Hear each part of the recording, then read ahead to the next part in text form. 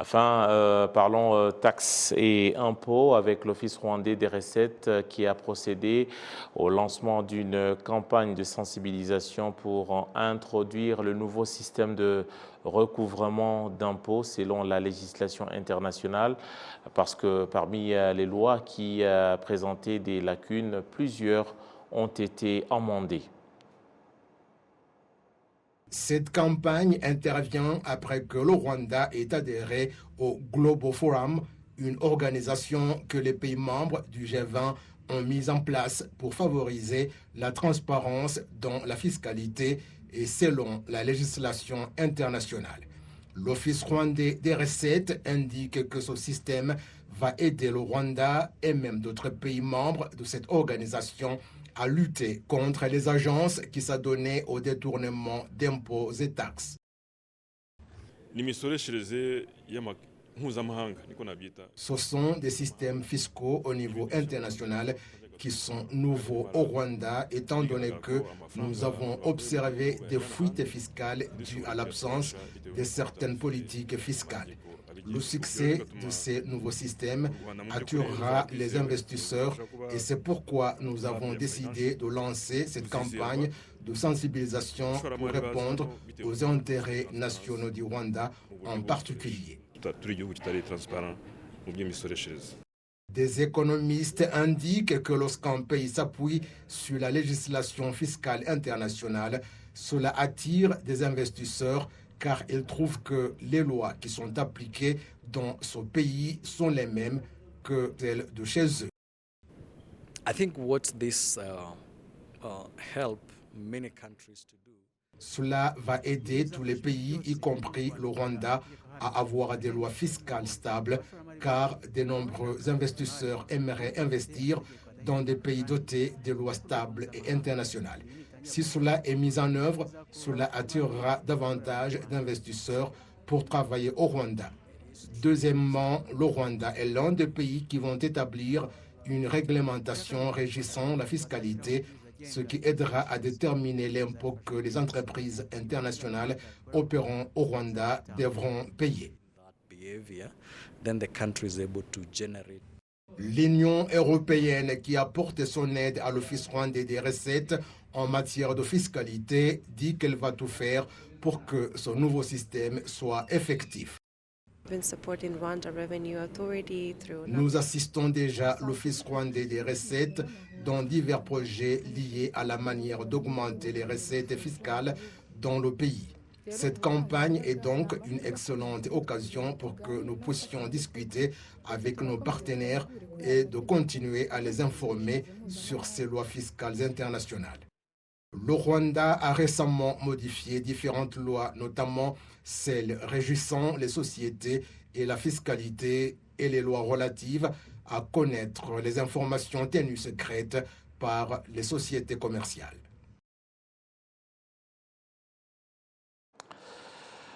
Toujours à ce propos, nous allons accueillir Teddy Kaberuka, qui est expert en économie, qui également suit la question des taxations et impôts.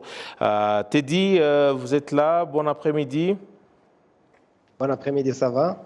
Voilà, Teddy, tout d'abord, j'aimerais savoir ce changement-là ou cette adaptation-là de la législation au niveau des taxes pour le Rwanda, de manière pragmatique et pour le citoyen lambda. On parle de la TVA connue de tous. Qu'est-ce que cela implique dans le quotidien du citoyen lambda? Bon, la compréhension simple pour la loi fiscale, hein, c'était il y a plusieurs types d'impôts que les gens payent, notamment la TVA qui est la taxe sur la valeur ajoutée. C'est un type d'impôt qui est payé le dernier consommateur, qui fait que tout citoyen, tout consommateur, ou alors pour emprunter ton jargon de citoyen lambda, tout le monde paye la TVA.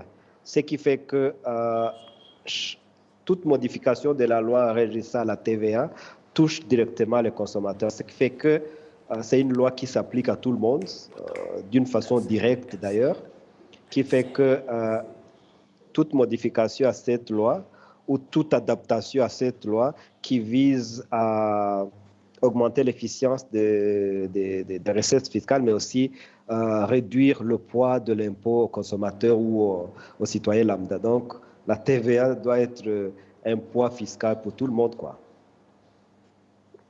Et pour ce qui est de l'harmonisation maintenant, nous avons déjà la législation ici en national, déjà la TVA a prouvé son apport par rapport au développement socio-économique que le Rwanda connaît depuis une vingtaine d'années. Et maintenant, pour ce qui est de la législation, y avait-il des amendements il y a des amendements qui ont été faits. Pourquoi c'était si important d'harmoniser avec ce qui se passe au niveau global?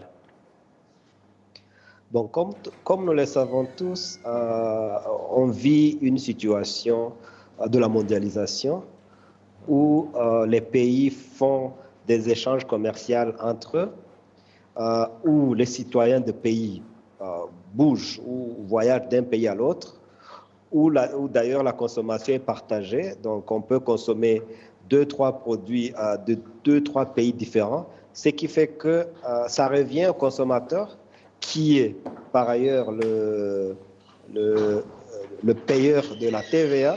Ça revient, c'est comme s'il y a une certaine obligation des pays de faire l'harmonisation de leur système fiscal pour rendre compétitifs les pays. Ce qui fait que là où le système fiscal est mieux, que ce soit au niveau de tarifs, que ce soit au niveau de procédures, que ce soit au niveau aussi de la législation fiscale, là où le système fiscal est meilleur, c'est là où les investisseurs sont plus attirés, parce que c'est plus facile pour eux d'opérer leurs activités commerciales et économiques. Ce qui fait qu'il y a plus d'intérêt aux pays d'harmoniser leur système fiscal. Cela permet à une diminution de l'évasion fiscale, mais aussi de rendre compétitif ou attractif le pays en ce qui concerne le système fiscal. Système fiscal, oui, tu dit, mais également tous les pays n'ont pas forcément, par exemple, les mêmes ressources naturelles, ne dépendent pas des mêmes ressources naturelles ou d'autres facteurs qui contribuent au développement. Est-ce que quelqu'un ne peut pas dire, avec cette globalisation-là, ça risque peut-être de porter des risques ou des dangers à l'économie, aux économies de certains pays qui n'ont pas forcément les mêmes moyens, les mêmes ressources que d'autres? Mais vous savez, hein, la possession des ressources naturelles n'exclut pas aussi l'investissement pour valoriser les ressources naturelles. Et là, ça me ramène à la même logique de pouvoir donner les moyens à l'État pour pouvoir valoriser ou augmenter de la valeur à leurs ressources naturelles. Ce qui fait que, quelle que soit la capacité ou la quantité des ressources naturelles, tout pays a besoin de revenus ou encore des recettes pour permettre à investir dans la valorisation des ressources naturelles. Donc, un peu de mots, tous les pays au monde ont besoin de recettes fiscales pour permettre à exploiter leurs ressources naturelles. Alors, par rapport aux pays qui n'ont pas de ressources naturelles, c'est normal que les pays qui ont plus de ressources naturelles dépendent moins de leur fourchette fiscale parce qu'ils ont d'autres moyens, mais néanmoins, les ressources naturelles ont toujours démontré une certaine limite en termes de la continuation des recettes à l'État. On connaît des pays qui avaient le pétrole depuis peut-être une vingtaine d'années, mais aujourd'hui, je ne pense pas qu'ils sont mieux par rapport aux pays qui n'ont pas de pétrole. Ça, c'est vraiment une évidence à tout le monde.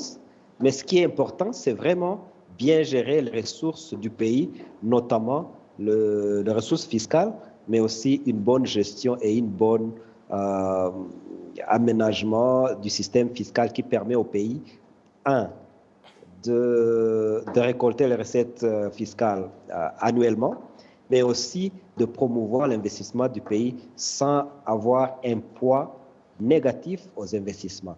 Et le dernier point qu'il faut souligner aussi, c'est que le principe fiscal, le fisc permet aussi à l'équilibre ou alors à la redistribution de patrimoine national, ce qui fait que ceux qui ont plus de moyens payent des impôts et cela permet aux États de redistribuer ce patrimoine au moins nanti, ce qui fait que le système fiscal, c'est un système, si il est bien calibré, donc pas trop d'intérêt, mais aussi pas de corruption, le système fiscal est assaini, permet à une croissance économique accélérée. Alors, pour terminer, le timing déjà de cet amendement, alors que le Rwanda se prépare autant que d'autres pays de la région, par exemple, d'entamer un nouvel an ou de commencer un nouvel an fiscal, c'est un timing parfait, ça arrive à point nommé? Bon, je dirais que, tu sais, l'année fiscale, c'est juste 12 mois, mais c'est un cycle qui ne finit jamais. Hein. On commence le 1er juillet, on finit le 1er juin, l'année suivante. Donc, c'est vraiment un cycle continu. Donc, le timing ne dit pas grand-chose, surtout que le système de collecte d'impôts, c'est un système continuel qui ne s'arrête jamais. Ce qu'il faut plutôt souligner, c'est que il y a eu encore une autre coïncidence avec cette loi qui a été remise au Parlement cette semaine, qui vise à améliorer le système de collecte de la TVA et encore améliorer aussi la façon dont la TVA est collectée. Il y a certaines prérogatives qui font qu'il y a d'autres produits qui sont aussi exonérés de la TVA. Et toute la logique, c'est que la TVA soit vraiment un système plus ou moins efficace, mais aussi qui permet de promouvoir les affaires, surtout pour certaines activités qui sont, je dirais, plus ou moins nouvelles. On a vu, par exemple, il y a un article qui permet l'exonération à certaines activités, notamment l'aviation et les produits de santé. On a aussi une autre stratégie qui vise à encourager les consommateurs, qui est en fin de compte la personne qui paie la TVA, à pouvoir réclamer la facture pour que la TVA soit déclarée à la fisc ou à l'agence de recettes. Ce qui fait que plus il y a des mesures qui permettent à collecter efficacement la TVA, plus ça donne moyen à l'État de collecter plus et avoir plus de moyens à investir dans les activités sociales. Et peut-être pour terminer, c'est que le ministère des Finances et de la Planification économique et même l'Office des recettes avaient les mains liées sans l'aval du Parlement, c'est ça? Absolument. Bon, c'est un processus de toutes les lois. Hein. La loi sur les fiscs et d'autres lois. Le processus, ça part du ministère tutelle, ça va au Parlement et puis c'est promulgué par le chef de l'État. Donc, c'est un processus normal de la loi, quoi. Voilà. Teddy, merci beaucoup pour ces analyses combien pertinentes et surtout pour mieux faire comprendre cette question. Merci beaucoup pour votre disponibilité.